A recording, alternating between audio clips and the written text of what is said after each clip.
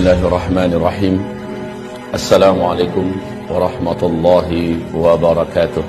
Ibarat Allah yang kami muliakan, menurut BMKG Indonesia dan juga para pakar gempa dari luar negeri mengatakan Indonesia punya peluang mengalami gempa, apalagi Jawa yang memiliki 2 sesar raksasa di Jawa ini, termasuk di Jabodetabek sampai ke Cirebon, kemudian di daerah Jawa Timur termasuk Jogja, itu ada sesar yang sangat besar, ditambah beberapa sesar lainnya. Ini kalau terjadi gempa yang dahsyat, diperkirakan sampai 9,5 skala Richter. Akan seperti apa nasib kita ke depan? Allahu a'lam. Kita hanya berdoa dan berharap semoga tidak, semoga tidak. Saya juga berharap demikian dan kita aminkan bersama-sama. Mari, amin ya rabbana amin. Kulali, seorang pakar gempa Australia, baru saja menyampaikan bahwa dari Selat Sunda sana, dari Pandeglang, ada potensi gempa di dataran dangkal. Dan ini yang paling dikhawatirkan, Pak. Ini bisa menimbulkan tsunami setinggi 57 meter. Tsunami ini akan mengejar sampai seluruh Banten sampai ke Jakarta. Kalau 57 dari sana sampai Jakartanya sisanya 15 meter ketinggiannya. Apapun itu kita aminkan lagi, semoga tidak pernah terjadi. Amin. Tapi mereka bicara bukan orang-orang bodoh. Mereka adalah pakar dan ahli. Ketika mereka memperingatkan, maka layak untuk kita mengambil kesiagaan. Saya hanya sarankan pada kita yang mampu menghentikan bencana yang sudah diprediksi perkiraannya hanyalah Allah Subhanahu wa taala. Kalau begitu, ambil cara bagaimana Allah bisa mengalihkan atau menghentikan rencana bencana yang akan terjadi itu. Caranya gimana? Nabi sudah kasih tunjuk kepada kita. Pertama, lakukan taubat massal. Indonesia harus bertaubat. Dari apa bertaubat?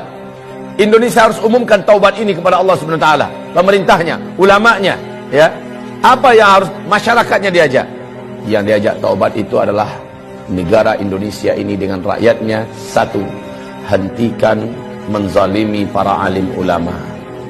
Gus Nur hari Kamis tanggal 27 Oktober, dia menerima hari Kamis itu surat panggilan. Statusnya sebagai tersangka. Gus Nur menyampaikan dalam bentuk video, dia sampaikan, silakan laporkanlah. Sekarang saya sudah tersangka. Paling-paling saya hanya ditangkap, dipenjarakan. Atau mungkin bisa jadi saya dibunuh. Terserah kalian mau buat apa. Saya tidak ada takut. Tapi ingat oleh kalian, Allah Maha Bangun. Allah Maha Membalas. Allah Maha Hidup. Allah pasti akan melakukan apa yang akan dilakukannya kepada kalian. Catat oleh kalian katanya. Mulai jam ini, dari detik ini juga, kalian catat semua. Kalian akan menyaksikan hal-hal yang tidak pernah kalian inginkan selama ini. Ditindaklanjuti oleh Polda Palu. Yang gempa besar besoknya, maghribnya. Jadi hanya selang 24 jam terjadi gempa besar di Palu sana. Anehnya, semua rumah bangunan gedung yang ada di sekitar rumahnya dan pesantrennya Gus Nur yang ada di Palu hancur. Tapi gedung dan rumahnya, pesantrennya Gus Nur utuh seutuh-utuhnya. Berdiri kokoh, rapi serapi-rapinya. Sebelah-sebelahnya rata. Masya Allah, Allah kasih lihat. Bahkan kantor Polda yang ada pun tenggelam oleh tsunami. Tidak sedikit jumlah para aparat yang sampai hari ini belum ketemu.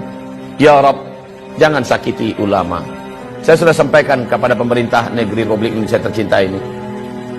Anda berutang ke sana kemari dengan harga dan angka yang sudah sangat gila-gilaan. Dan ini membahayakan untuk NKRI ke depan.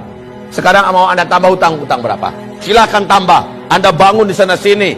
Tapi dengan perilaku Anda menyakiti para alim ulama. Mereka wali-wali Allah di muka bumi ini. Mereka kekasih-kekasih Allah di muka bumi. Allah ratakan semua. Allah habisi semua yang kalian bangun.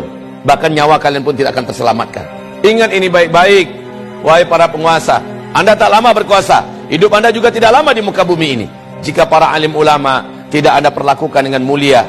Ibarat Allah yang kami muliakan, tidak ada rezim yang ada dalam sejarah lalu menentang para pembawa-pembawa dakwah, melainkan rezim itu akan berakhir dengan tragis. Baca sejarah, buka Al-Quran, buka sejarah. Bagaimana setiap rezim yang berani menentang pembawa-pembawa dakwah dengan tragis. Wa kadzalika ja'alna likulli nabiyyin aduwa syayatinal insi wal jin. Musuh-musuh dakwah ini adalah setan-setan manusia dan setan-setan jin. Demikian Allah firmankan, yuhi ba'duhum ba'da zukhrufal qawli ghurura. Konspirasi mereka sesama mereka saling rapat dan akrab dalam rangka memadamkan dakwah, tapi pada ujungnya qul ja'al haqq wa zahaqal batil. Kalau kebenaran sudah datang, kalau kebenaran sudah diusung dan dibawa, diperjuangkan, yang batil pasti akan enyah. Apa yang kurang dari Firaun? Puncak dan puncak kekuasaan kekuatan saat itu di tangannya. Negara-negara mana yang tidak takut dengan kekuasaan yang dimiliki oleh Firaun? Kekuasaan yang luas, bala tentara yang banyak, persenjataan yang hebat, media semuanya di tangannya, semua kekayaan ada di tangannya. Kurang apa Firaun? Dan Musa hanya seorang pendakwah biasa. Musa dengan pendampingnya Harun, Bani Israel orang-orang rakyat biasa, tapi mereka bersama Allah yang Maha Perkasa. Ketika semakin zalim Firaun kepada Musa dengan fitnah yang bermacam-macam, dengan cara yang bermacam-macam untuk menghabisi Musa, akhirnya Firaunlah yang habis. Bala tentaranya habis, lumpuh semua. Bukan sekedar lumpuh, mati semuanya, ditenggelamkan oleh Allah dalam Laut Merah. Kisah Firaun ini terulang abad demi abad, terus terulang dan berulang. Namrus sebelumnya, Ibrahim yang disasar. Namrus habis, dihabisi bala tentaranya oleh Allah hanya dengan tentara kecilnya berupa lalat. Namrus pun sekarat mampus.